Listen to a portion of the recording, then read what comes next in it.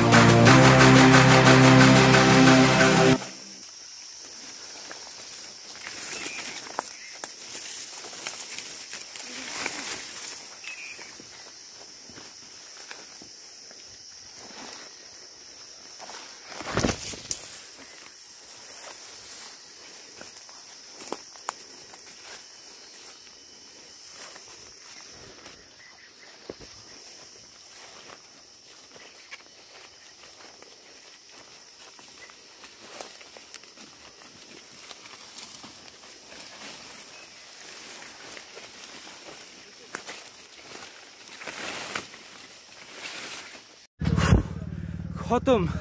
Morning শিফটেই যা energy ছিল শেষ, মনে হচ্ছে ডিপ্লিটেড। এবার রিজার্ভ এনার্জিতে যেতে হবে।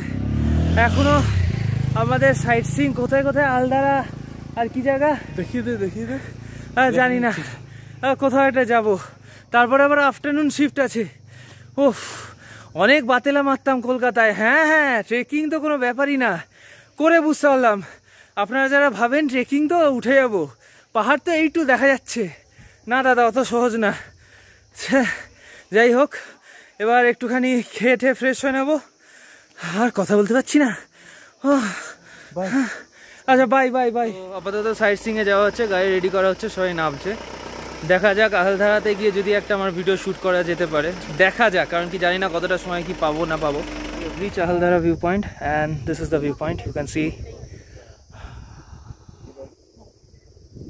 এখানে কিছু কটেজও আছে, বুক করে আপনারা থাকতে পারেন।